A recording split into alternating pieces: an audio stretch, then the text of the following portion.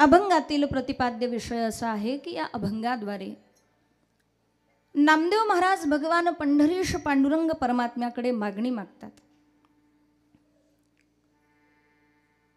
मागणी मागणारे कोण आहेत? नामदेव महाराज. आणि ज्याच्याकडे मागणी मागतायत तो देव आहे. विटेवरी ज्याची पाऊले समान तोची एक दानशूर दाता. जो विटेवर उभा आहे, दानशूर दाता आहे, त्या दानशूर दात्याकडे नामदेव महाराज ही मागणी मागतायत. देवाच्या सामर्थ्याचा जर आपण विचार केला तर श्रीमद भगवद्गीतेमध्ये भगवान सांगतात, गतिर्भरता प्रभू साक्षी निवास शरणम सुहृत प्रभव प्रलयस्थानम निधानम बीजमव्ययम. असा तो परमात्मा ज्याच्या सत्तेने हे विश्व संचालित होतं. जो विश्वाचा चालक आहे, विश्वाचा मालक आहे, संचालक आहे, असा असणारा तो परमात्मा. आणि त्या परमात्म्याकडे नामदेव महाराजांनी ही मागणी मागितलेली आहे. ऐका, लक्ष द्या. भगवंतासारखं दातृत्व या जगामध्ये कुणाचंही नाही. दाते भरपूर आहेत. दाते म्हणजे देणारे. दाता म्हणजे जो देतो आणि याचक म्हणजे जो मागतो. दात्यांची या जगामध्ये कमतरता नाही. बरं मला सांगा, एवढा मोठा सप्ताह होतोय कुणाच्या बळावर? आता मला सांगा, मी इथे कीर्तन करते, या कीर्तनाचं सौजन्य कुणीतरी घेतलेलं आहे, त्यांचा नामोल्लेख माझ्याकडून राहिला तर मला सांगायचं काय? दाता जोपर्यंत आहे तोपर्यंत याचकाला कसली काळजी नाही. बरोबर आहे ना? जगामध्ये दाते भरपूर आहेत, पण देवासारखा दाता शोधूनही सापडणार नाही. आणि दाते आहेत म्हणून मोठे सत्य होतात. दाते आहेत म्हणून परमार्थ संपन्न होतोय. ऐका, दात्यांचं दातृत्व नाकारून चालणार नाही. तुम्ही म्हणाल जगामध्ये देवासारखा दाता नाही किंवा देवाचं दातृत्व आगळं वेगळं आहे. कसं आगळं वेगळं आहे? तर श्रीमद भागवतामध्ये त्याचं वर्णन भगवान श्री शुकाचार्य करतात. जेव्हा पुतना गोकुळामध्ये आली भगवंताला मारण्यासाठी, कथा प्रसंग सर्वांना माहिती आहे. भागवत कथा ऐकली असेल ना? मान तरी हलवा ना. हे बघा, 11 वाजेपर्यंत मला तुमच्याशी बोलायचं आहे, म्हणून थोडं होकारार्थी नकारार्थी मान हलवा. कीर्तनाचा नियम आहे तो. महाराजांना प्रतिसाद दिला पाहिजे. नाही तर बरेच लोक कीर्तनात बसतात, पण कीर्तन त्यांच्यात बसत तुमच्यात बसू द्या. होय, रोहनवाडीच्या मावश्या बसेल ना? अपेक्षा करते. कारण काय असतं माहिती आहे का, थोडं चेहऱ्यावर स्मित हास्य असावं, महाराजांकडे पाहून जरा होकारार्थी नकारार्थी मान हलवावी, त्यांनाही जरा समाधान वाटतं की श्रोते आपल्याकडे लक्ष देतात. नुसतंच बसायचं म्हणून बसायचं, असं बसायचं जसं साऱ्या जगाचं संकट ह्यांच्यावरच, असं बसू नका. एका गावाला मी असं सांगत होते की माझ्याकडे लक्ष द्या, माझ्याकडे लक्ष द्या. एक बाबा असेच पायाजवळ बसले होते माझ्याजवळच. म्हणले, ताई अहो तुम्हाला काही कळतं का? म्हटलं, का हो बाबा, काही चुकलं का? माझं प्रमाण ओवी काही चुकलं का? म्हणले, चुकलं काही नाही, केव्हाचं काय लावलंय? म्हटले, इकडं लक्ष द्या, इकडे लक्ष द्या, तुमच्याकडेच बघतोय ना. आणि तुम्हाला काही कळतं का? साधकाची दशा उदास असावी. काय म्हटले? साधकाची दशा उदास असावी. म्हटलं, बाबा साधकाची दशा उदास असावी, पण तोंडावर 12 वाजलेले नसावेत. काय म्हणते मी? उदासीनता वेगळी हो. बरेच लोक तुम्ही बघा ना, सदान कदा तोंडावर 12च वाजलेले असतात. कित्येक लोक कीर्तनामध्ये कथेमध्ये बसतात ना, त्यांच्याकडे पाहिलं की हसत नाही, रडत नाही, हालत नाही, डुलत सुद्धा नाही. अशा आविर्भावात ते बसलेले असतात की पूर्ण कीर्तनकार काय बोलणारे हे पाठच आहे. असे पाठच करून आलेले असतात आणि एकमेकाला म्हणतात, आता ही पोरगी काय सांगणार आहे बघ, मी तुला सांगतो.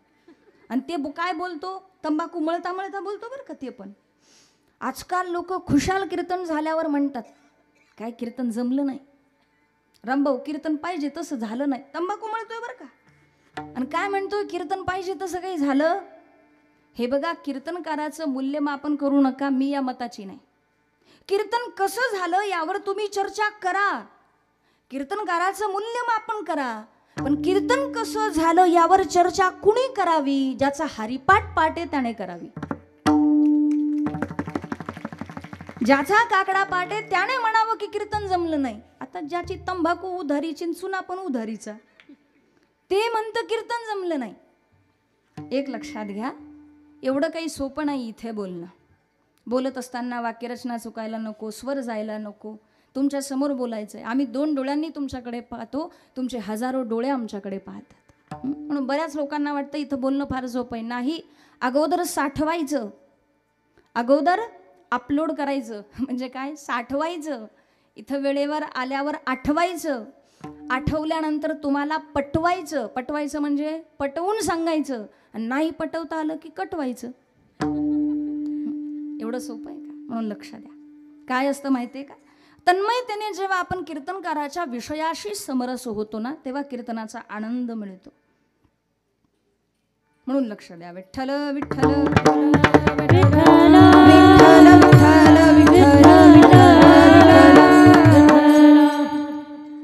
जेव्हा पुतना गोकुळामध्ये आली, श्रीमद भागवताच्या दशमस्कंदामध्ये वर्णन आहे. कंसेन प्रहिता घोरा पूतना बालघातिनी शिशुश्चचार निघ्नन्ति पुरग्राम व्रजादिषु. कंसाने पाठवलेली पूतना, कंसेन प्रहिता घोरा कशी होती? बालघातिनी, लहान लहान बाळांना मारणारी. कोण? पूतना मावशी. पूतना शब्दाचा अर्थ होतो, पूत म्हणजे पुत्र आणि ना म्हणजे नाही. जिला स्वतःला पुत्र नाही, स्वतःला मुलबाळ नाही, पण दुसऱ्यांची मुलं बाळ पाहून जिचं पोट दुखतं, तिला काय म्हणायचं? काय म्हणायचं तिला? पूतना. अशा पूतना गल्लोगल्ली भरपूर येतं. आणि ती पूतना जेव्हा गोकुळामध्ये आली, खऱ्या रूपामध्ये नाही, नामामणी आली नंदाची घरा, स्वरूप सुंदरा देवांगणा, सुंदर स्त्रीच्या रूपामध्ये आली, तिच्या राक्षसी रूपामध्ये ती आली नाही. एक महत्वाचा मुद्दा सांगते, लक्षात घ्या. परमार्थ करत असताना परमार्थामध्ये जी माणसं बाहेरून बदलतात, त्या माणसांना स्वतःहून देवाकडे जावं लागतं. पण परमार्थ करत असताना परमार्थामध्ये जी माणसं आतून बदलतात, देव स्वतःहून त्यांच्याकडे येतो. म्हणून तुम्हीच ठरवा, आतून बदलायचं की बाहेरून बदलायचं. संत मीराबाई आतून बदलल्या, शबरी माता आतून बदलली, म्हणून देव स्वतःहून माता शबरीकडे आला. पण पूतना असेल, शूर्पणखा असेल, या बाहेरून बदलल्या, देव यांच्याकडे आला नाही, यांना देवाकडे जावं लागलं. परमार्थ कशासाठी आहे? तर आतून बदलण्यासाठी परमार्थ आहे, बाहेरून बदलण्यासाठी नाही. पण आपला सगळा भर कशावर आहे? आपला भर कशावर आहे? बाहेरून बदलण्यावर. ही साडी घालू का ती साडी घालू, हा गंध लावू की तो गंध लावू. किसी व्यक्ति से पूछा, बाबा आप बताइए कि कौन सा वस्त्र पहनना चाहिए, भगवा, काला, पीला या श्वेत. तो साधु ने बड़ी अच्छी बात कही कि भैया ना तो पीला पहनो, ना काला पहनो, ना भगवा पहनो, पहले तो जो पहना हुआ है उसको उतारो. आता तुम्ही म्हणाल, जो पहना हुआ है आत्मा के ऊपर चढ़ा हुआ, और आत्मा के ऊपर पहना हुआ सबसे बड़ा वस्त्र अगर कोई है तो वो ये शरीर है. सर्वात मोठं वस्त्र या जगामध्ये काय असेल? आत्म्यावर चढवलेलं, तर ते वस्त्र म्हणजे हा देह. कारण माऊली सुद्धा म्हणतात, जैसे जीर्ण वस्त्र सांडीजे, नूतन वस्त्र वेडीजे, तैसे देहांतराते स्वीकारीजे चैतन्य नाथे. हा देह म्हणजे काय? आत्म्यावर चढवलेलं एक प्रकारचं वस्त्रच आहे. जसं आपण फाटक्या वस्त्राचा त्याग करतो आणि नवीन वस्त्र परिधान करतो, तद्वत आपण जीर्ण शीर्ण देहाचा त्याग करतो आणि नवीन देहामध्ये प्रवेश करतो. मृत्यू म्हणजे वेगळं काही नाहीये माता भगिनी, ऐका. मृत्यू म्हणजे काय? बचपन छोड़ दिया, जवानी मिली, अब जवानी भी छोड़ दो, बुढ़ापा मिलेगा. लेकिन विडंबना तो ये है कि बचपन का मोह तो छोड़ दिया, लेकिन जवानी का मोह नहीं छोड़ना चाहते, बूढ़े नहीं होना चाहते. बुढ़ापा आवडत नाही ना माणसाला, म्हातारपण आवडतं का? पांढरे केस झाले की लगेच काळे करतात. पण मला एक कळतं, ज्याचं लग्न झालेलं नाही, अजून ज्याचं बाकी आहे शुभमंगल, त्याने काळे केली एक जरा म्हणजे बुद्धीला पटण्यासारखं आहे. आता लेकरं बाळ झालेत, पर नातू पण तू झालेत, काय गरज आहे बरं काळं करण्याची? तुम्हाला माहिती आहे, रामायणामध्ये राजा दशरथाचे केस जेव्हा पांढरे झाले, कुठे झाले? कानाजवळ. रामायणामध्ये वर्णन आहे, तुलसीदासजी वर्णन करतात. श्रवण समीप भये सीत केसा, श्रवण समीप भये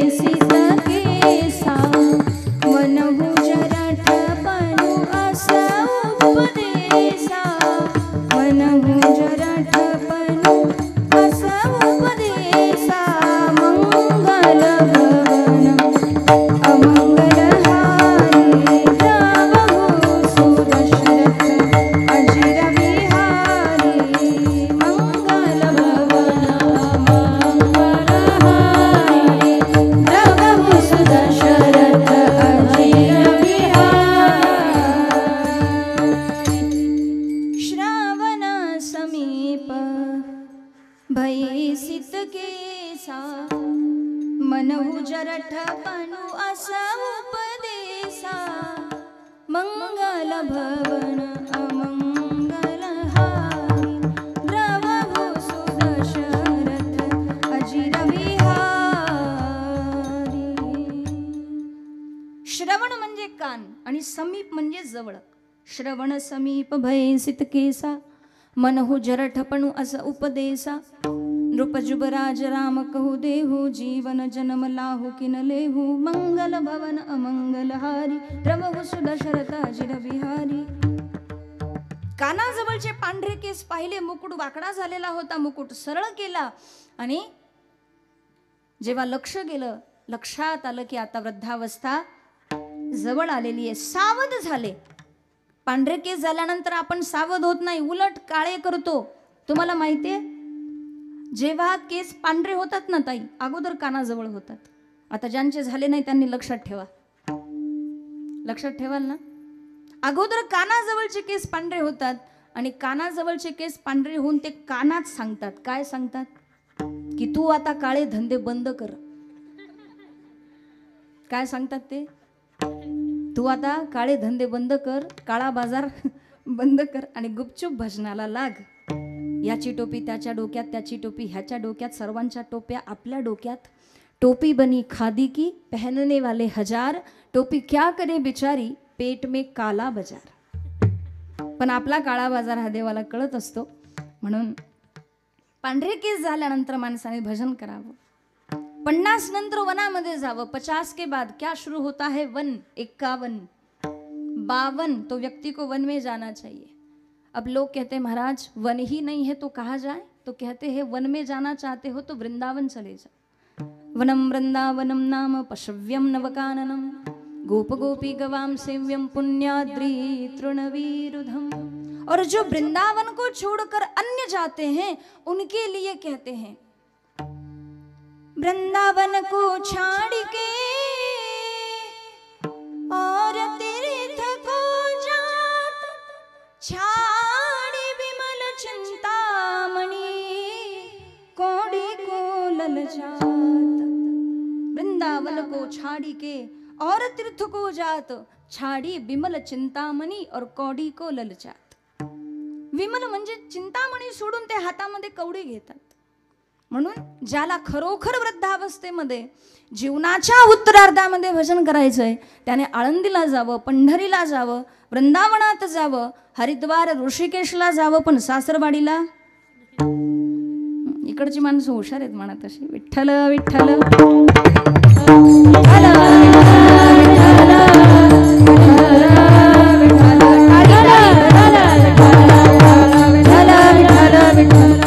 असो. माझा मुद्दा लक्षात घ्या.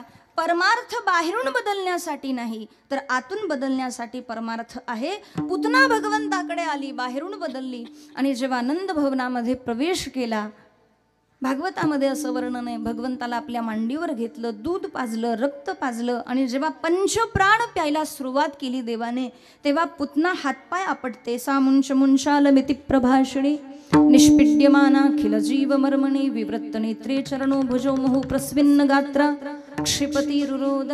रडू लागली, कृष्णा मला सोड सोड सोड. आता उद्या काला आहे, तुम्ही ऐकणारच आहात. माझा मुद्दा फक्त लक्षात घ्या. रामचरित्र परम पवित्र, रामचरित्र परम पवित्र, कृष्णचरित्र महाविचित्र. ते प्रत्येकाला कळेलच असं नाही. कृष्णात परम किमपि तत्त्वमहं न जाने असं मधुसूदन पाद सरस्वतींनी म्हणावं. आमच्यासारख्यांची बुद्धी तर बोथट होते महाराज. आणि म्हणून जेव्हा भगवंताला आपल्या मांडीवर घेतलं आणि दूध पाजलं, विष पाजलं, हातपाय आपटू लागली, प्राण प्यायला सुरुवात केल्यानंतर त्यावेळेस भगवंताने डोळे झाकले आणि सनकादिकांना विचारलं, पुतना माझ्याकडे आलेली आहे, हिला मी काय द्यावं? आता इथे देवाचं दातृत्व आहे. लक्ष द्या.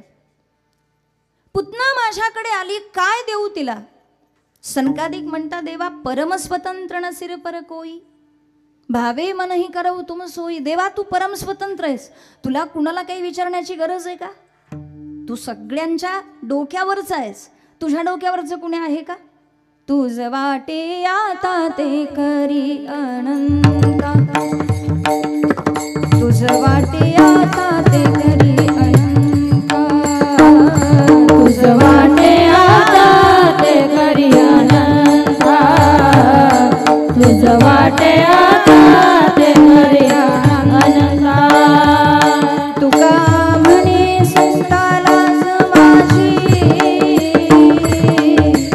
तुका म्हणे संताला माझी, लागू या हात तुवाई रामा, लागू या हात तुवाई रामा. तुका म्हणे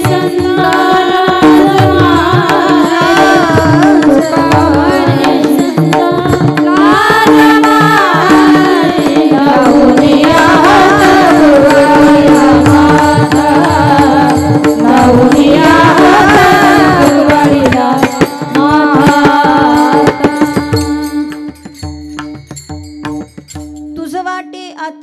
करी अनंता. देवा तुका म्हणे संता लाज माझी, देवा तू परम स्वतंत्र आहेस, तुझे औदार्य जाणो स्वतंत्र. देताना म्हणसी पात्रा पात्र, परी कैवल्या ऐसे पवित्र जे वैरी आहे तिथले. परम स्वतंत्र आहेस, तिला मोक्ष दे, मुक्ती दे, स्वर्गात पाठव किंवा नरकात पाठव, तुझी इच्छा. काय केलं असेल बरं माता भगिनी देवाने? देवाने विचार केला, स्तनामध्ये विष भरून जरी आली तरी मातृत्व इच्छा मनामध्ये आहे. कुणी परिवारातल्या पत्नी मुलाबाळांना आलिंगन देतं, कुणी आई वडिलांना आलिंगन देतं, पण मला पोटाशी धरणारी एकमेव हीच आहे, माता यशोदेनंतर. राक्षसी जरी असली, तुम्हाला असं वाटत नाही का कधीतरी पुतना मोक्षाचा विचार करताना की पुतनेच्या तरी फक्त स्तनामध्ये विष होतं, आपल्या तर मनामध्ये विष आहे, विषयाचं विष. तुम्ही बघा विषय शब्द कसा तयार होतो, विषय, य काढून टाका, खाली काय शिल्लक राहतो? विष. शब्द स्पर्श रूप रस आणि गंध म्हणजे काय? विषयाचं विष आपल्या अंतकरणामध्ये आहे आणि त्या विषाक्त अंतकरणाने आपण भगवंताकडे जातो. पण जेव्हा पुतणीला काय द्यावं हा प्रश्न आला तेव्हा भगवंताचं दातृत्व जागं झालं आणि जी सद्गती माता यशोदेला सर्वप्रथम मिळायला पाहिजे होती ती सद्गती अगोदर कुणाला मिळाली? पुतणीला. म्हणजे सायुज्यना मोक्ष. माऊली वर्णन करतात, तुवा सनकादिकाचे माने, सायुज्यो सौरसु केला पुतणे, विषाचेनी स्तनपाने मारू आली. अहो बकीयम स्तनकालकूटम, अहो बकीयम स्तनकालकूटम, जिघांसया पाय यदप्य साध्वी, लिभे गतिं धातु चितां ततोऽन्यं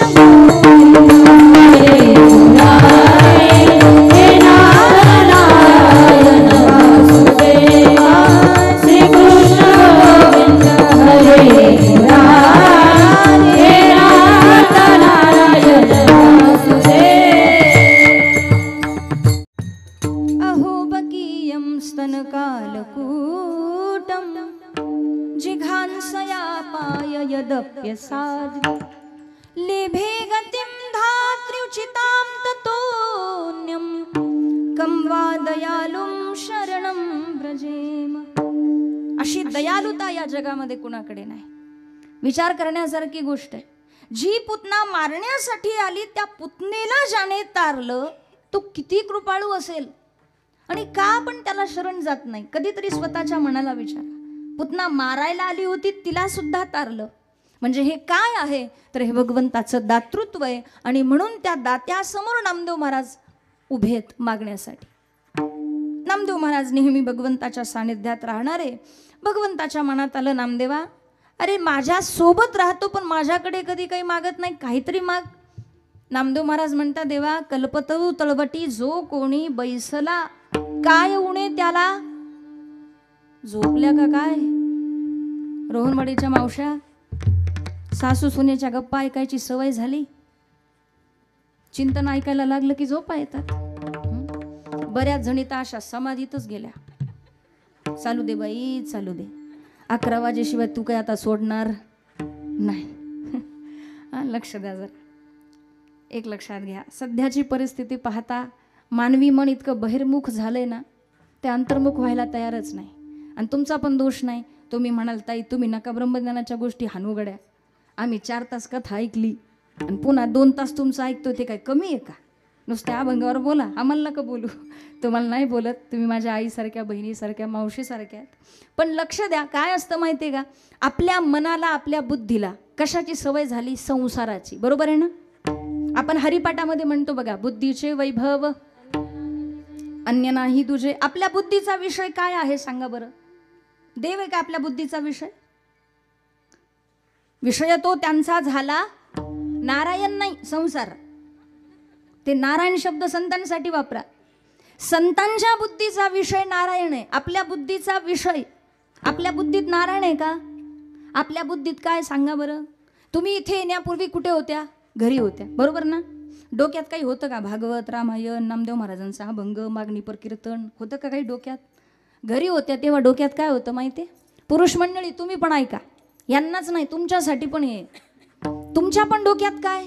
महाराज कोणते अभंग घेतील, काय बोलतील याच्याशी काही घेणं देणं आहे का तुम्हाला? 7वा दिवस आहे, कोणता अभंग असेल, नामदेव महाराजांचा असेल की तुकोबारायचा असेल, हे डोक्यात होतं का तुमच्या?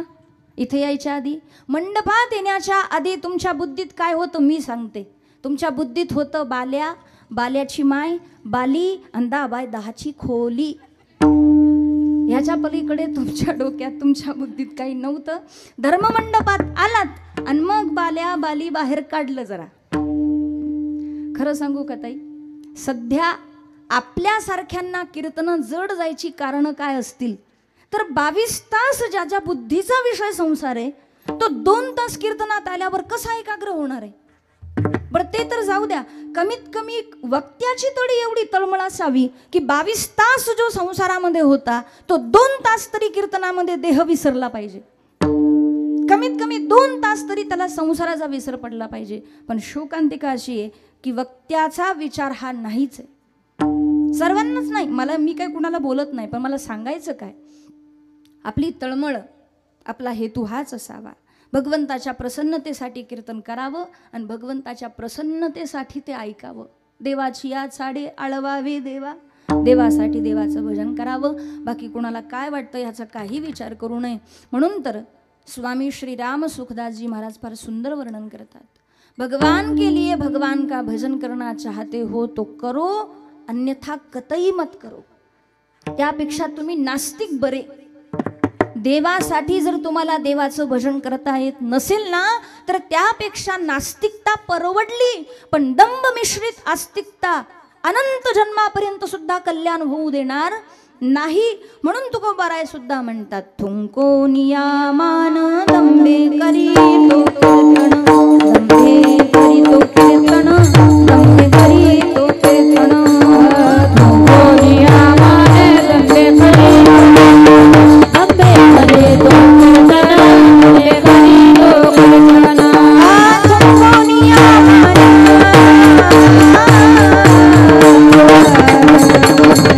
तुमको नियामान दंभे करी तो कीर्तन, दंभे करी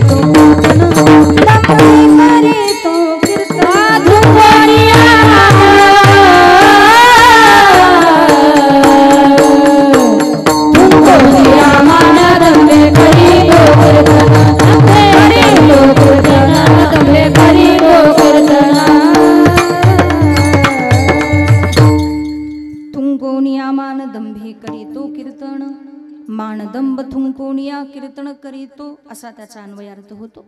म्हणून दंभ मिश्रित आस्तिकता आपलं भलं करू शकत नाही. लक्ष द्या. नामदेव महाराज नित्य निरंतर भगवंताच्या सानिध्यात राहणारे, पण नामदेव महाराजांना देवाकडून काही अपेक्षित नाही. तरीही नामदेव महाराज म्हणतात, देवा उदाराचा राणा म्हणवीसी आपणा, सांगत्वा कवना काय दिले. तू उदार आहेस ना, स्वतःला उदाराचा राणा राजा समजतोस ना देवा, सांग आतापर्यंत कुणाला काय दिलं. आता देवाच्या सामर्थ्याचा किंवा देवाकडे काय आहे याचा जर शास्त्रीय दृष्टीने विचार केला तर देवाजवळ 6 गुण आहेत. किती गुण आहेत? 6. षड ऐश्वर्य संपन्न एक भगवंतची जाण. 6 गुण देवाकडे आहेत. ऐका, यशस्वी औदार्य ज्ञान वैराग्य ऐश्वर्य हे 6 गुणवर्य वसती जेत म्हणून तो भगवंतू. पहिला गुण आहे भगवंताचा यश. हे 6 गुण जर आपण क्रमशः विचारात घेतले ना मायबापांनो, तर हे 6 गुण देवाने भक्तांना दिले, स्वतःजवळ ठेवले नाही. यशे थोरविला मारुती, विभीषण केला लंकापती, औदार्य देऊणी कर्णाहाती, कीर्ती दिगांती पसरविली, ज्ञाने उपदेशिला चतुरानन, वैराग्य शुकाते बोधून, ऐश्वर्य वाढविला अर्जुन, ब्रह्म सनातन पावला. राम कार्य करत असताना रामभक्त श्री हनुमानजीला, मारुतीरायाला कधी अपयश आलं का? तुम्ही मान तरी हलवा. अपयश आलं का यश आलं? यश आलं, बरोबर ना? प्रत्येक कार्य करताना बीरो में बीर निराला, भक्तों का है रखवाला. बीरो में बीर निराला, भक्तों का है रखवाला.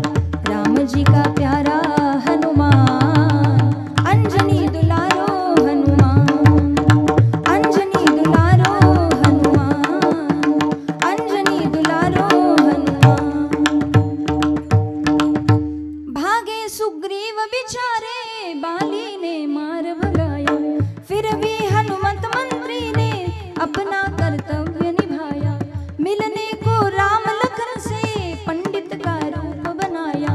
मिल गया दशरथ लाला, कंधों पर उन्हें बिठाया. मिल गया दशरथ लाला, कंधों पर उन्हें बिठाया.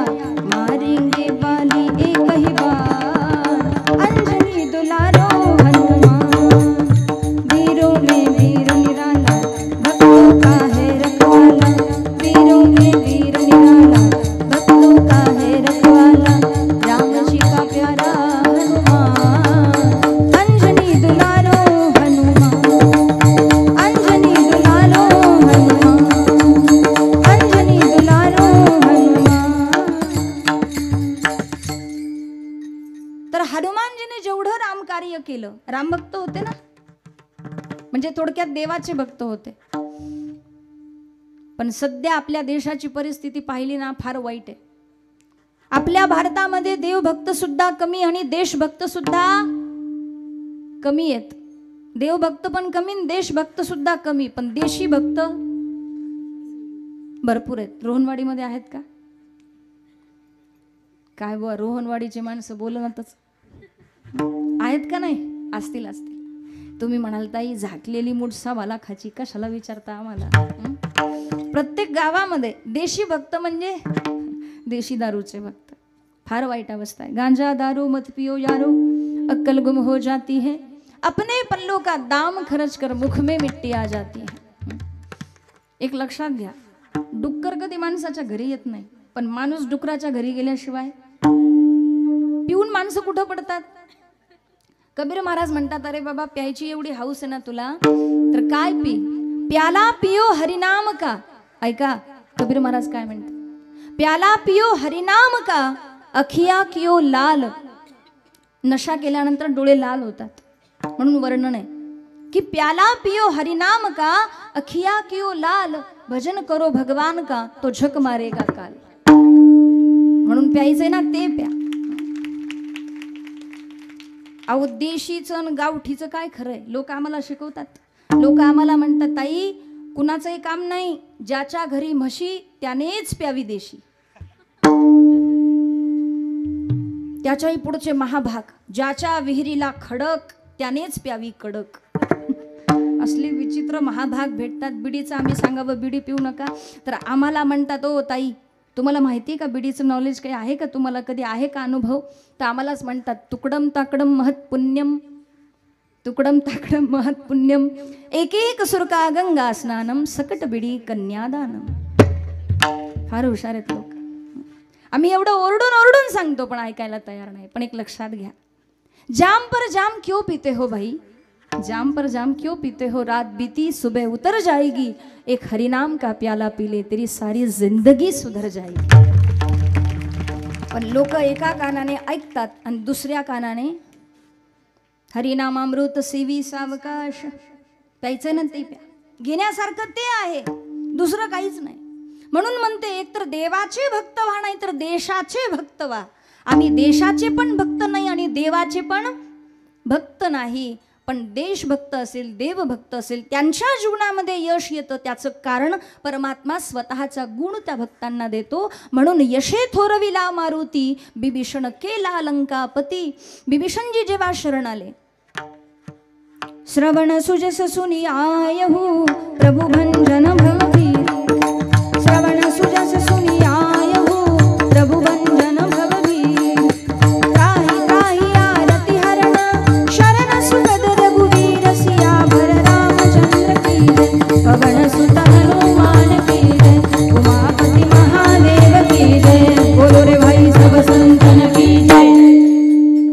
बिभीषणजी शरण आले, हे रामायणातलं वर्णन आहे.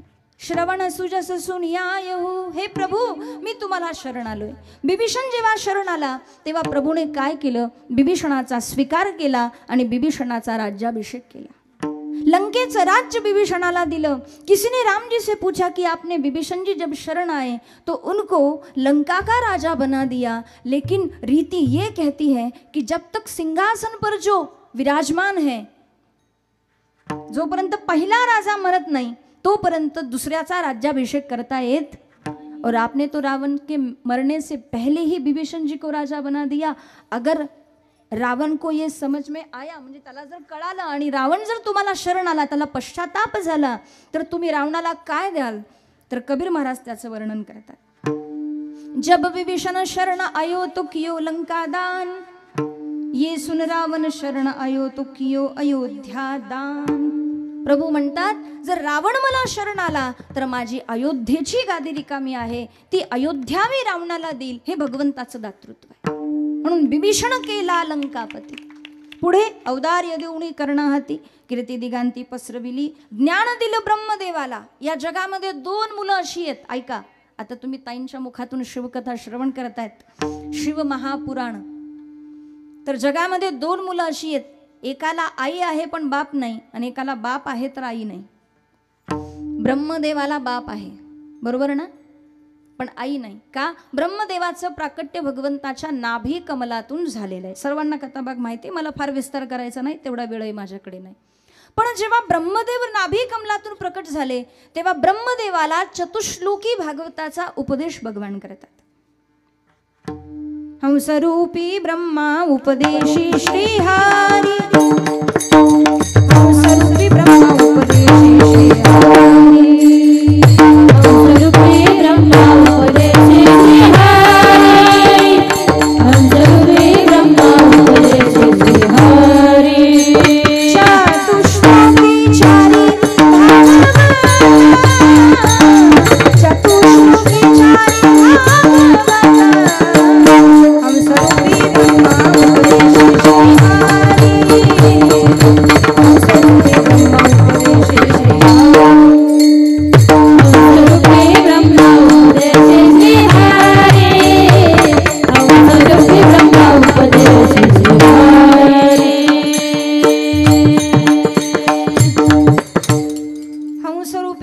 उपदेशी श्रीहरी चतुश्लोकी चारी भागवत. म्हणजे ज्ञाने उपदेशीला चतुरानन ब्रह्मदेवाला चतुश्लोकी भागवताचा उपदेश केला. ब्रह्मदेवाचं प्राकट्य नाभी कमलातून, बाप आहे पण आई नाही. गणरायाला आई आहे, माता पार्वतीच्या मळापासून त्यांची उत्पत्ती आहे, पिता नाही पण माता आहे. असे दोन पुत्र ब्रह्मदेवाला उपदेश केला. अंश आहे. दुसरी गोष्ट, हिरण्यगर्भ असं ब्रह्मदेवाला म्हटलं जातं. मला सांगायचं काय, हिरण्यगर्भ भगवंतालाही म्हटलं जातं आणि त्या ब्रह्मदेवाला भगवंताने उपदेश केलेला आहे. बरंचसं वर्णन आहे. आणि हे 6 गुण जेव्हा भक्ताला दिले तेव्हा भगवान म्हणतात, नामदेवा बाकीच्यांना तरी एक एक दिला, तुला साहीच्या साही देतो, पण तू काहीतरी माझ्याकडे माग. नामदेव महाराज म्हटले, देवा हे 6 गुण मला नको. बरं, मोक्ष तुम्हाला देतो. म्हटले, मोक्षाम्मा घरी कामारी हे दासी होय सांगू वैसी तुका म्हणे.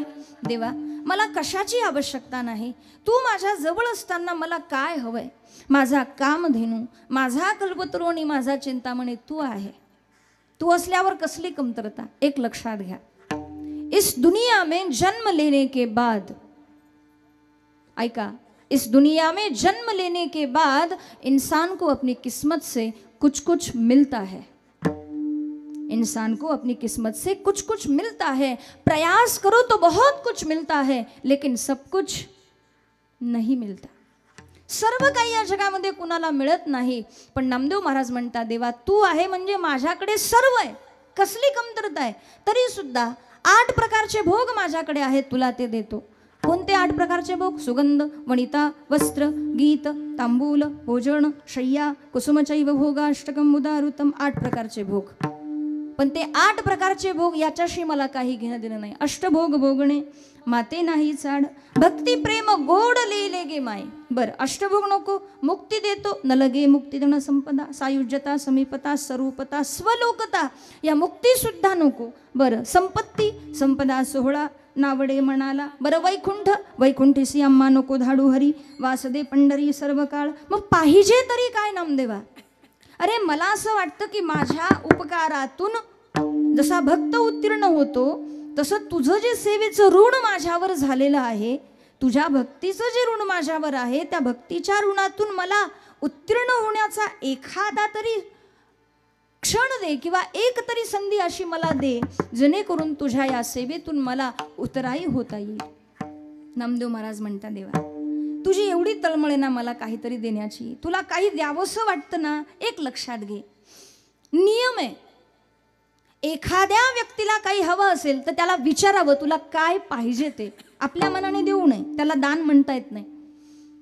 मग तेव्हा मला विचार ना, मला काय पाहिजे? तू तुझ्या मनाने सुरू केलंय, इंद्रपद घे, मोक्षपद घे. बरं, इंद्रपद कसं आहे? माता भगिनी लक्ष द्या इकडे. विठ्ठल विठ्ठल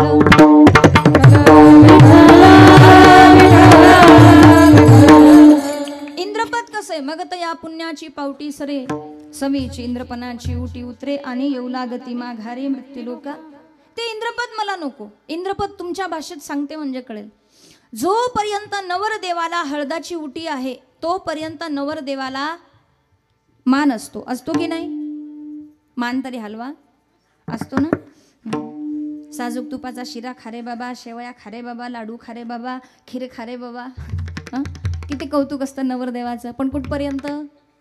जोपर्यंत त्याच्या अंगाला हळद आहे तोपर्यंत. एकदा का हळद उतरली, गंग्या घास काप, गंगू भांडे घास, नंतर कौतुक राहत. तसं इंद्रपद आहे. पुण्य आहे तोपर्यंत इंद्र हा इंद्रपदावर राहतो, पुण्य संपलं की इंद्र खाली येतो. अजून सोपं करून सांगते, नवीन नवीन लग्न झालं की पती पत्नी फिरायला जातात, देवदर्शनाला जातात ना. तुमच्याकडे पद्धत आहे ना? हां तरी म्हणा ना. हां, बऱ्याच ठिकाणी ही पद्धत आहे. काही म्हणतच नाही, काही बोलतच नाही, मान तरी हलवायची. बोलायची गरज नाही पण मान तरी हलवायची. तर बऱ्याच ठिकाणी ही पद्धत आहे. आता मला सांगा, फिरण्याचा आनंद कुठपर्यंत? जोपर्यंत खिसा गरम आहे तोपर्यंत. खिसा गरम असणं म्हणजे काय? खिशात पैसे. वा वा, काय हुशार माणसं आहेत रोहनवाडीचे. फोड करून सुद्धा सांगायची गरज नाही तुम्हाला. मग फिरण्याचा आनंद कुठपर्यंत? जोपर्यंत खिसा गरम आहे तोपर्यंत. एकदा का पैसे संपले की हा तिला म्हणतो, घालीन लोटांगण मोकळं पटांगण चला घरी. म्हणजे काय? घालीन लोटांगण वंदीन चरण, डोळ्याने पाहीन रूप तुझे, मी बघतो तुला तू बघ मला, चल घरी. पैसे संपलेत म्हणजे फिरण्याचा आनंद पैसे आहे तोपर्यंत. अजून सोपं सांगते, तुमच्या किचन मधलं असं सांगा काहीतरी, मग मन लागतं, झोप येत नाही. तुम्ही बघा, जर बाहेरून तूप आणलं, साजूक तूप, घरात तुम्ही बनवता ती गोष्ट वेगळी, पण बाहेरून जर तुपाचा डबा आणला ना, लक्षपूर्वक आहे म्हणजे कळेल. जोपर्यंत डब्यामध्ये तूप आहे तोपर्यंत डबा किती प्रेमाने सांभाळतात तुम्ही. फ्रीजमध्ये, कपाटामध्ये, इकडून तिकडे तिकडून इकडे नाचवतच राहतात त्या डब्याला. इकडं ठेव तिकडं ठेव, इकडं ठेव तिकडं ठेव, फ्रीजमध्ये ठेव, ओट्यावर ठेव, इकडे ठेव तिकडे ठेव. पण एकदा का डब्यातलं तूप संपलं की त्या डब्याला 2 छिद्रे आणि 1 तार. विठ्ठल विठ्ठल.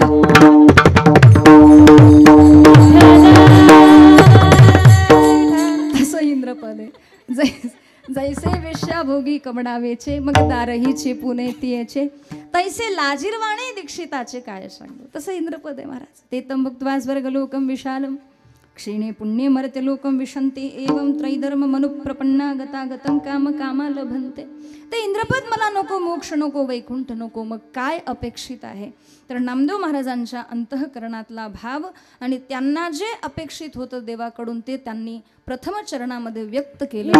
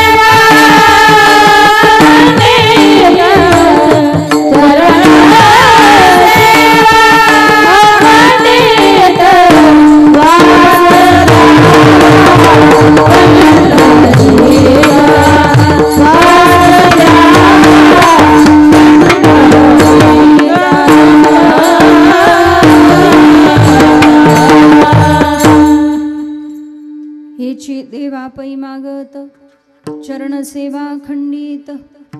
नामदेव महाराज म्हणतात, देवा तुला फार देण्याविषयी तळमळ वाटते ना, मग काय दे. तर चरण सेवा अखंडित. देवाकडे काय मागावं यातून शिकण्यासारखं आहे.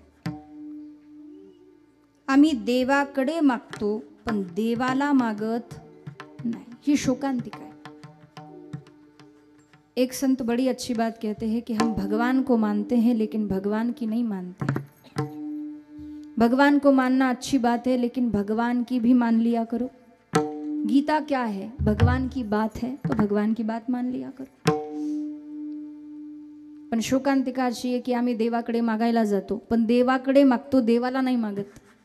बरं मागतो तर मागतो, काय मागतो. देवा पांडुरंगा 1चे 2 होऊ दे, 2चे 4 होऊ दे, 4चे 8 होऊ दे, वेल मांडवावर जाऊ दे आणि मांडव मोडून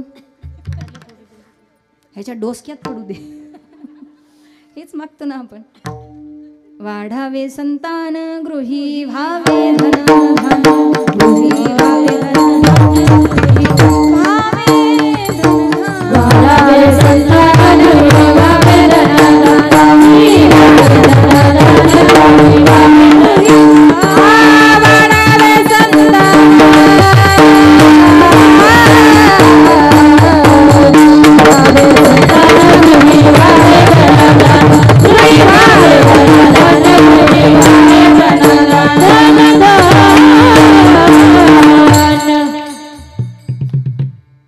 वाढावे शैतान.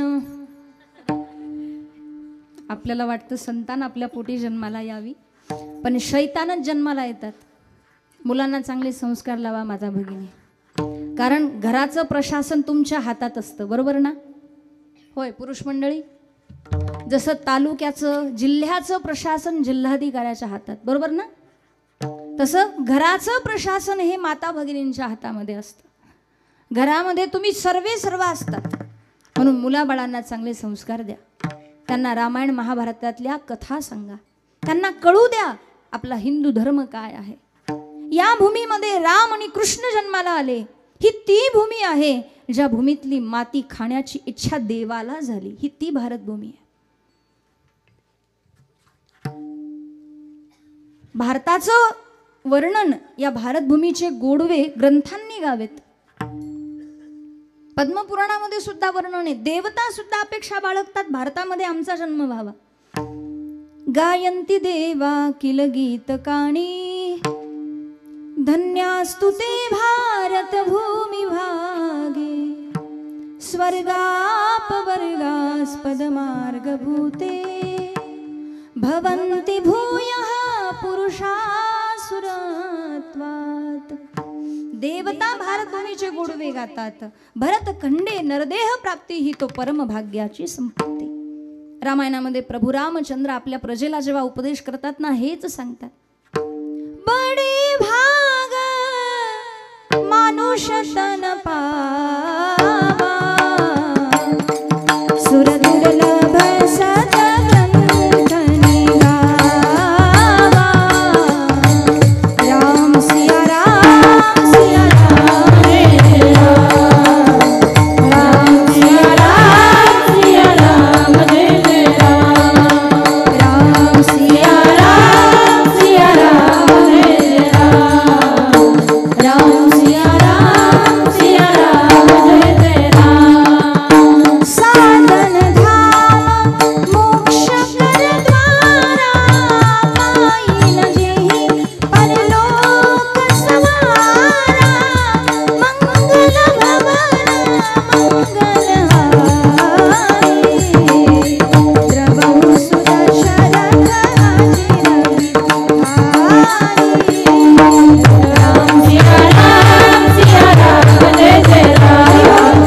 राम सिया राम जय जय राम.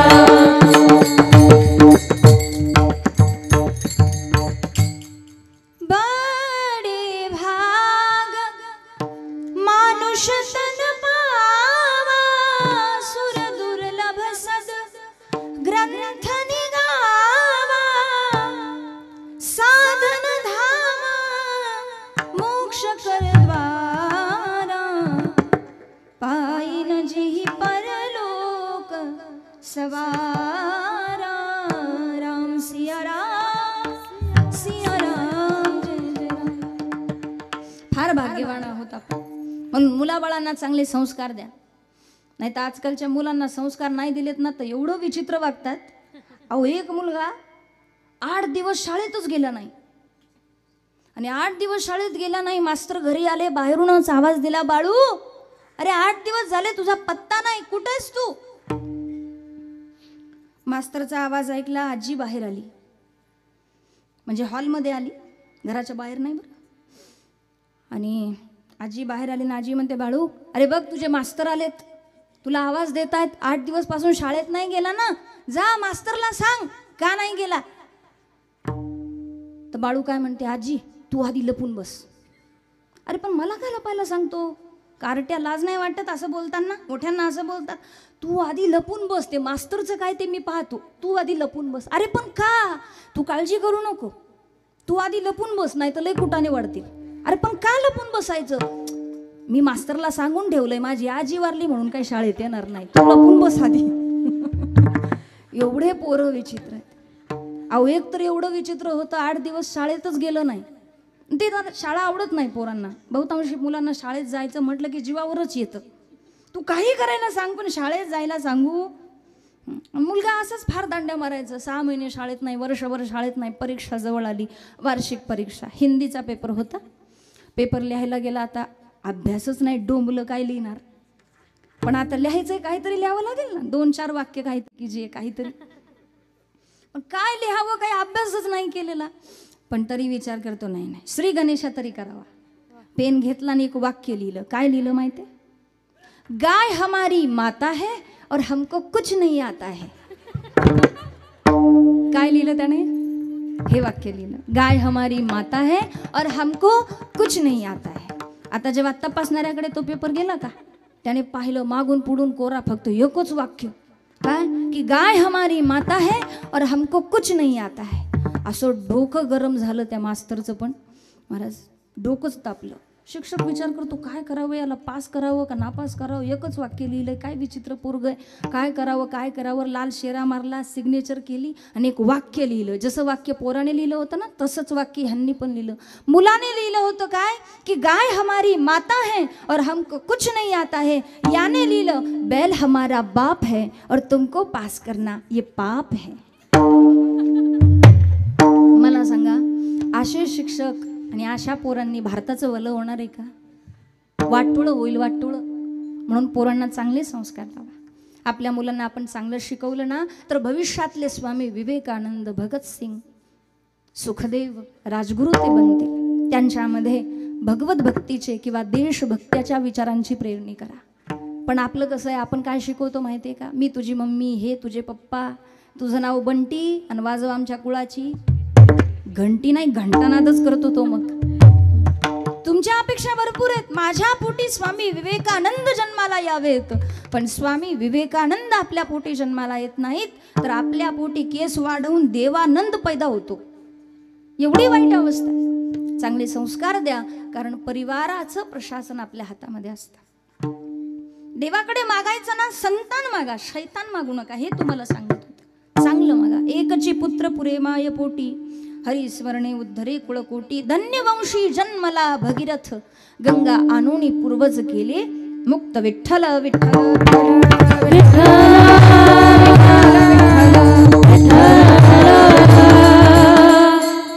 नामदेव महाराज जसं देवाकडे मागतात ना, तसंच चांगलं मागा. माता कुंतीने दुःख मागितलं का? दुःखामध्ये देवाची आठवण येते.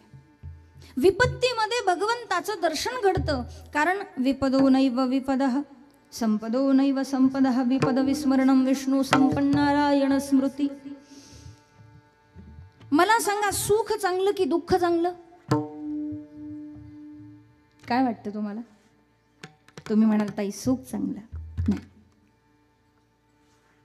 तुम्ही बघा, सुख जाताना दुःख देतं आणि दुःख जाताना सुख देतं. मग चांगलं काय? दुःख. दुःखामध्ये देव आठवतो. कह हनुमंत विपती प्रभु सोई, जब तब सुमिरन भजन न होई. श्री राम जय राम, जय जय राम. सुख के माते सिल पर ही, जो हरि हृदय से जाए. बलिहारी वा दुःख की, जो पल पल नाम जपाय. दुःख भगवंताची आठवण करून देतं, म्हणून दुःख मागितलं. आपणही देवाकडे काय मागावं हे संत शिकवतात. म्हणून तर हे चिदान देगा देवा, तुझा विसरण व्हावा. नामदेव महाराजांनी हे मागितलं. नामदेव महाराज प्रत्येक जन्मामध्ये देवाकडे हे मागतात. म्हणून तर हेची देवा पै मागत, चरण सेवा अखंडित. प्रत्येक युगामध्ये भगवत भक्ती करणारे नामदेवराया, प्रत्येक जन्मामध्ये भगवंताच्या चरणाची सेवा करणारे. चरण न सोडी सर्वथा, आण तुझी पंढरीनाथा. तैसा मी शरण आलोसे केशवे, मजत्वा राखावे पाया तळी. किंवा नामा म्हणे तुझी पाऊले चिंतिता, झाली कृतकृत्यता जन्मोजन्मी. देवा चरण सेवा अखंडित दे, खंडित सेवा नको. बरं, प्रश्न असा उद्भवतो, चरण सेवाच का मागितली? त्याचं कारण असं आहे, भगवंताच्या चरणातून गंगा प्रकट झालेली आहे, जिला विष्णुपदी असं म्हटलं जातं. गंगेचं प्राकट्य भगवंताच्या चरणातून झालेलं आहे. जेही चरणनसे निकसी सुरसरी, शंकर जटा समाई, असं वर्णन आहे. भज मन राम चरण सुखदाई. भगवान शंकराच्या जटेमध्ये ती गंगा समाहित झाली, तिला जटा शंकरी म्हटलं जातं. भगवान शंकराचे या जगावर दोन उपकार आहेत. एक जटा शंकरी दिली आणि दुसरी जिव्हा शंकरी दिली. एक भागवती गंगा दिली, दुसरी भागीरथी गंगा दिली. म्हणून फार उपकार आहेत भगवान शंकराचे या जगावर. भगवंताच्या चरणातून गंगेचं प्राकट्य झालं, पहिलं कारण. दुसरं कारण, भगवंताच्या चरणस्पर्शाने अहिल्याचा उद्धार झाला. परसत पद पावन शोक न सावन, प्रगट भई तपपुंज सही।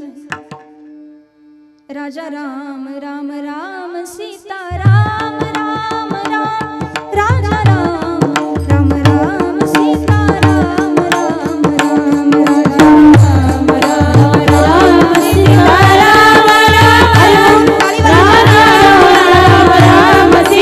राम राम राम, राम सीता राम राम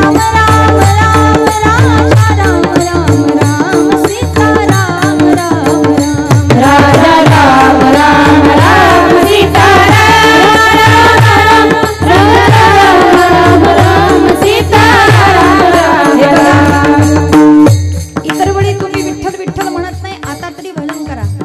आणि मी नेहमी सांगत असते, भोजन की मजा थाली से, भोजन की मजा थाली से, फूलों की मजा माली से, नाक की मजा ग्वाली से, ससुराल की मजा साली से, झगड़े की मजा गाली से, और भजन की मजा आवाज वाटाळी। राजा राम राम राम सीता राम राम राम, राजा राम राम राम सीता राम राम राम, राजा राम राम राम सीता राम राम राम, राजा राम राम राम सीता राम राम, राजा राम राम राम सीता राम राम राम, राजा राम राम सीता राम राम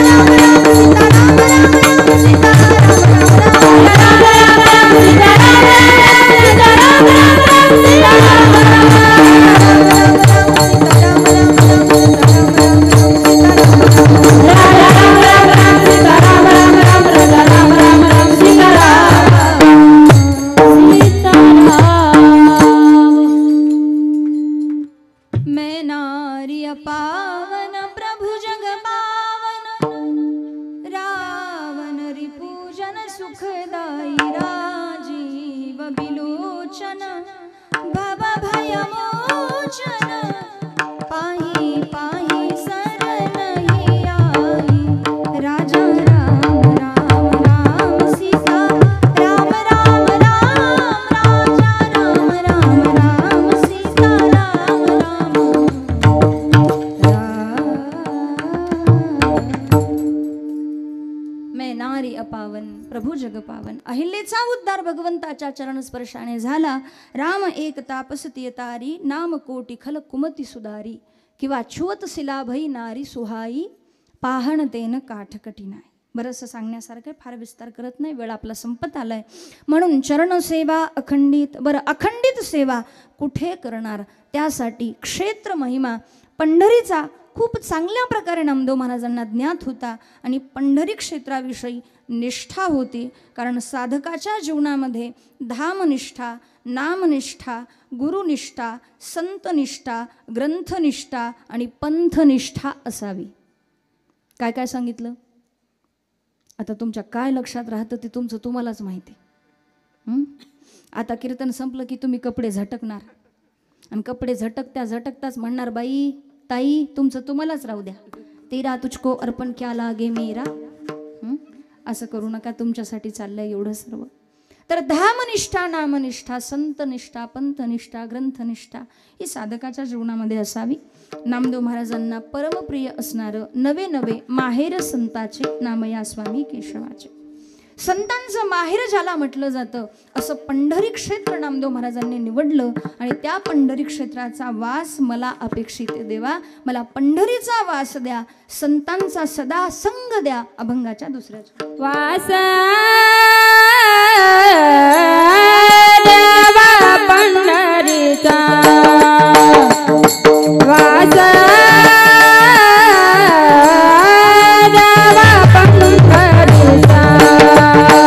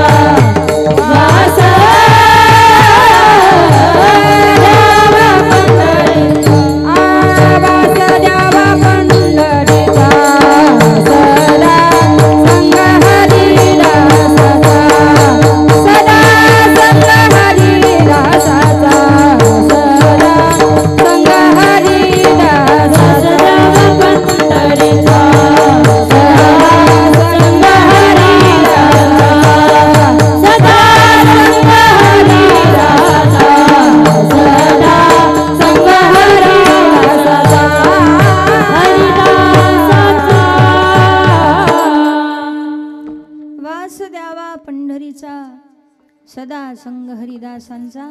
नामदेव महाराज म्हणतात देवा पंढरीचा वास मला अपेक्षित आहे. प्रमाणही आहे पंढरीचा वास चंद्रभागे स्नान आणि दर्शन विठोबाचे. पंढरीचा वास नामदेव महाराज का मागतात त्याचं कारण असं सांगितलं जातं.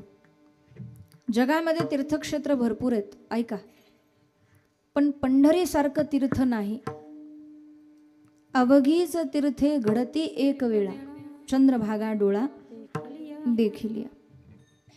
अवघीच पापे गेली दिगंतरा, वैकुंठ पंढरी देखिलिया. जेव्हा नव्हते चराचर तेव्हा होते पंढरपूर, जेव्हा नव्हती गोदा गंगा तेव्हा होती चंद्रभागा. आधी रचिली पंढरी आणि मग वैकुंठ नगरी. वैकुंठापेक्षा सुद्धा अतिश्रेष्ठ आणि भूवैकुंठ ज्याला म्हटलं जातं ते पंढरपूर. पंढरपुरामध्ये किती सामर्थ्य आहे तर भगवान शंकर सांगतात. शंकर सांगे ऋषी जवळी, सकळ तीर्थे माध्यान्ह काळी. येती पुंडलिका जवळी, करीती अंघोळी वंदिती चरण. एवढं सामर्थ्य पंढरी क्षेत्राचं आहे. म्हणून तुकोबाराय सुद्धा म्हणतात, वाराणसी गया पाहिली द्वारका, परिणय तुका पंढरीच्या. जन्म मरणाची वारी ज्याला चुकवायची आहे त्यांना पंढरीची वारी करावी. जन्म मरणाची वारी आपण अनादी कालापासून करतोय. पुनरपि जननम पुनरपि मरणम पुनरपि जननी जठरे शयनम. इह संसारे खलु दुस्तारे. हे चालूच आहे. जन्माला या मरा, जन्माला या मरा. मरणाची भीती काय आपल्याला वाटत का? वाटते. जन्माला आलत मरा वाटतं का? होय. रोहनवाडीच्या मावश्या झोपल्या का काय? जाग्यात ना. मरा वाटत नाही ना, पण मरायचंय. तयारी करून ठेवा हं. तुम्ही म्हणाल कोणती तयारी? साड्या काय न्यायचं ते न्यायसाठी काहीच नेता येत नाही. ताई सुतळीचा तुकडा सुद्धा नेता येत नाही हो. तुका म्हणे ज्याची संपदा एवढी सांगा ते कवडी गेली नाही. रावणाला काय कमी होतं? कोटी घरे जेथे काशा आणि तांब्याची, शुद्ध कांचनाची 7 कोटी घरं सोन्याची होती. बरं, परिवाराचा विचार करावा तर आपल्यासारखं नाही. हम दो हमारे दो और मम्मी पप्पा को फेक दो. आपल्यासारखं होतं का? किती मोठा परिवार होता रावणाचा. 1 पूत 1.25 नाती और तेही रावण घर दिया न बाती. मृत्यू प्रत्येकाला आहे. जरा मरण यातून सुटला कोण प्राणी जात, दुःख मुक्त जगला कारे कुणी जीवनात.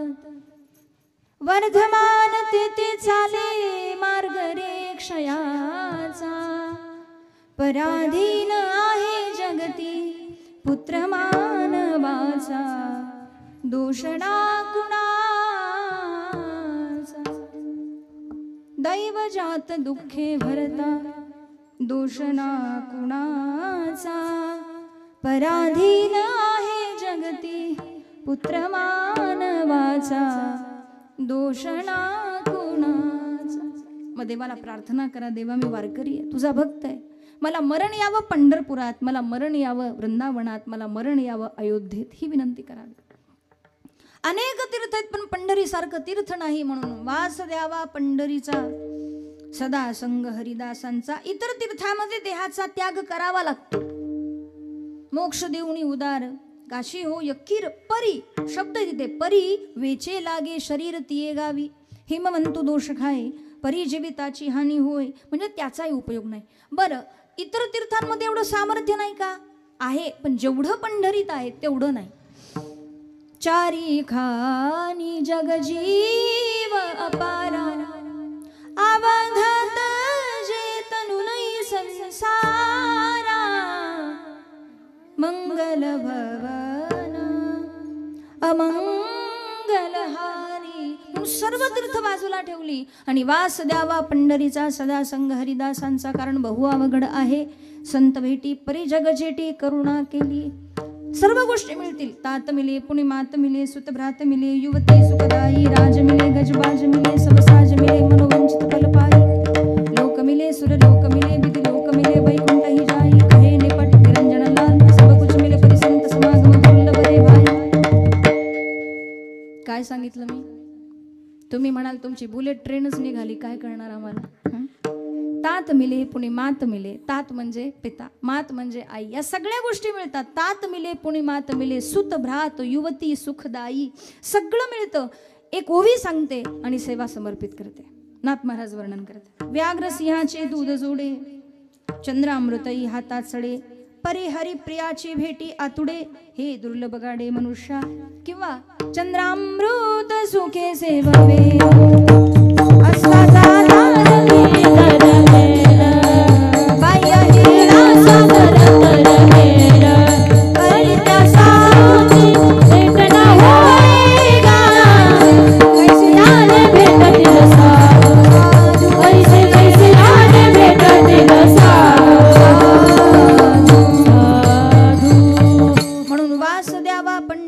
सदा संग हरिदासांचा. विठोबा रखुमाई, जय जय विठोबा रखुमाई, जय जय जय जय जय विठोबा रखुमाई, जय जय जय जय जय जय जय विठोबा रखुमाई, जय विठोबा रखुमाई, जय जय विठोबा रखुमाई, जय विठोबा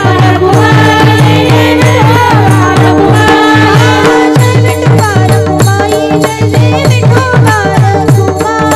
जय विठोबा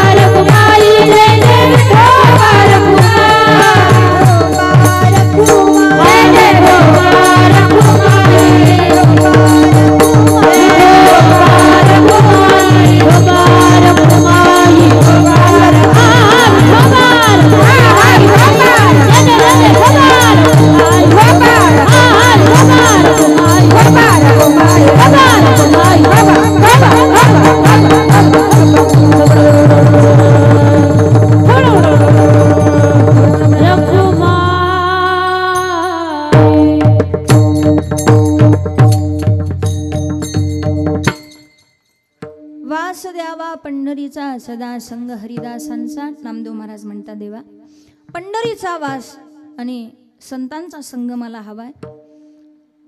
देवाने तेही द्यावं का. पहिलाच शब्द वापरला हेची देवा, एवढंच मागावं देवाकडे. म्हणून काय मागावं अजूनही नामदेव महाराजांचं मागणं चालूच आहे. तर तिसऱ्या चरणामध्ये मागितलं, काय मागितलं. जन्म हो का भलते याती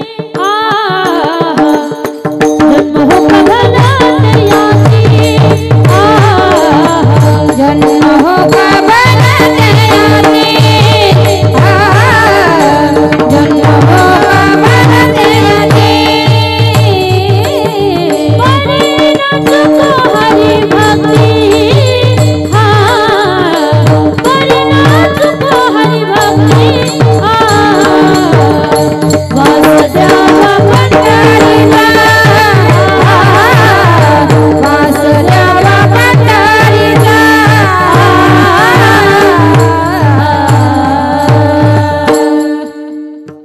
नामदेव महाराज म्हणता देवा तिसऱ्या चरणामध्ये मागताना जन्म हो का भलते याती. याती हा शब्द नामदेव महाराजांनी तिसऱ्या चरणामध्ये वापरला. त्याचं कारण आहे याता याती धर्म नाही विष्णुदासा निर्णय हा ऐसा वेदशास्त्री. भक्ताचा स्वीकार करताना भक्ताच्या जातीपातीचा विचार देव करत नाही. म्हणून पुढचा जन्म कोणत्याही यातीमध्ये मला मिळाला तरी सुद्धा त्या यातीमध्ये तुझी भक्ती कधी चुकू देऊ नको. म्हणजे काय, जसं रामायणामध्ये प्राण सोडताना वाली काय म्हणतो, सुग्रीवाचा ज्येष्ठ भ्राता वाली काय म्हणतो, अबनाथ करी करुणा बिलोकहु देहु जो बर मागहु जेहि जोनी जन्मो कर्म बसत राम पद अनुराग. म्हणजे याचा अर्थ कोणत्याही योनीमध्ये तुम्ही जन्माला या देवाला त्याच्याशी काही घेणं देणं नाही. कारण काय, देवाला फक्त भक्तीशी घेणं देणं आहे. म्हणून म्हटलं जातं की जात पात पूछे नहीं कोई और हरि को भजे सो हरि को होई. जो हरीचं भजन करतो तो हरीचा होतो. म्हणून तर इतर कोणत्याही यातीमध्ये जन्म दे पण भक्ती मात्र चुकू देऊ नकोस. आणि हे पुढता पुढती पदोपदी पुन्हा पुन्हा देवा आम्हाला प्राप्त होत राहावं. हे कमळापती, हे जगन्निवास श्रीहरी, पुन्हा पुन्हा पदोपदी हेच दे. अभंगाच्या शेवटच्या चरणात नाम म्हणे कमळापती नाम म्हणे कमळापती नाम म्हणे कमळापती नाम म्हणे कमळापती नाम म्हणे कमळापती नाम म्हणे कमळापती नाम म्हणे कमळापती नाम म्हणे कमळापती. हेची नावे पुढता पुढती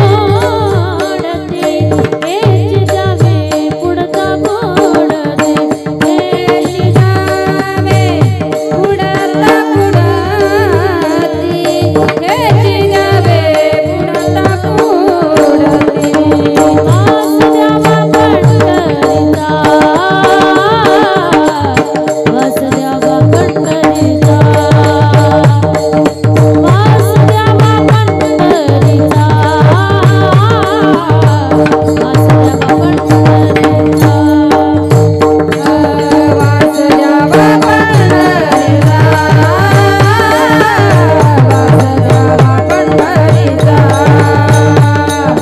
वासुदेवा पंढरीचा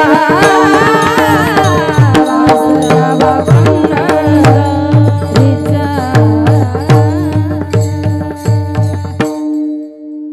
नामा म्हणे कमळापती हेच द्यावे पुढता पुढती वासुदेवा पंढरीचा सदा संग हरिदासांचा. नामदेव महाराज म्हणतात हे कमळापती, हे श्रीहरी, हे करुणानिधान, पुन्हा पुन्हा पदोपदी पुढता पुढती हेच दे. काय दे, हेची देवा पै मागत चरण सेवा अखंडित वासुदेवा पंढरीचा सदा संग हरिदासांचा. जन्म हो का भलते याती कदा न चुको हरिभक्ती किंवा परी न चुको हरिभक्ती. आपल्या वारकरी संप्रदायामध्ये असं वर्णन आहे किंवा वारकरी संप्रदायामध्ये देवडीकरांचा आणि शिरवळकरांचा गाथा प्रमाण मानला जातो काही गाथ्यामध्ये कदा न चुको हरिभक्ती आणि काही गाथ्यामध्ये परी न चुको हरिभक्ती असा पाठभेद आढळतो. त्यामुळे फारसा याच्यावर काही विचार करण्यासारखा आहे असं मला वाटत नाही. अर्थ त्याचा एकच होतो, कोणत्याही यातीमध्ये जन्माला आलेला भक्त असला तरी देवाला जातीशी घेणं देणं नाही. जातीवाद आपण सुरू केलाय मायबाप, त्याच्या पलीकडे जा, संकुचित मानसिकता बाजूला ठेवा आणि माणूस म्हणून एकत्र या. ऐका, सप्ताह करण्याचा उद्देश, शिवकथा करण्याचा उद्देश, कीर्तनाचा, प्रवचनाचा, हरिपाठाचा आणि हा जेवढा काही खटाटोप इथे आपण उभा केलाय ना, याच्या पाठीमागचा एकच उद्देश आहे की आज का जो मानव दानव बन चुका है फिर से मानव बन जाए. बस.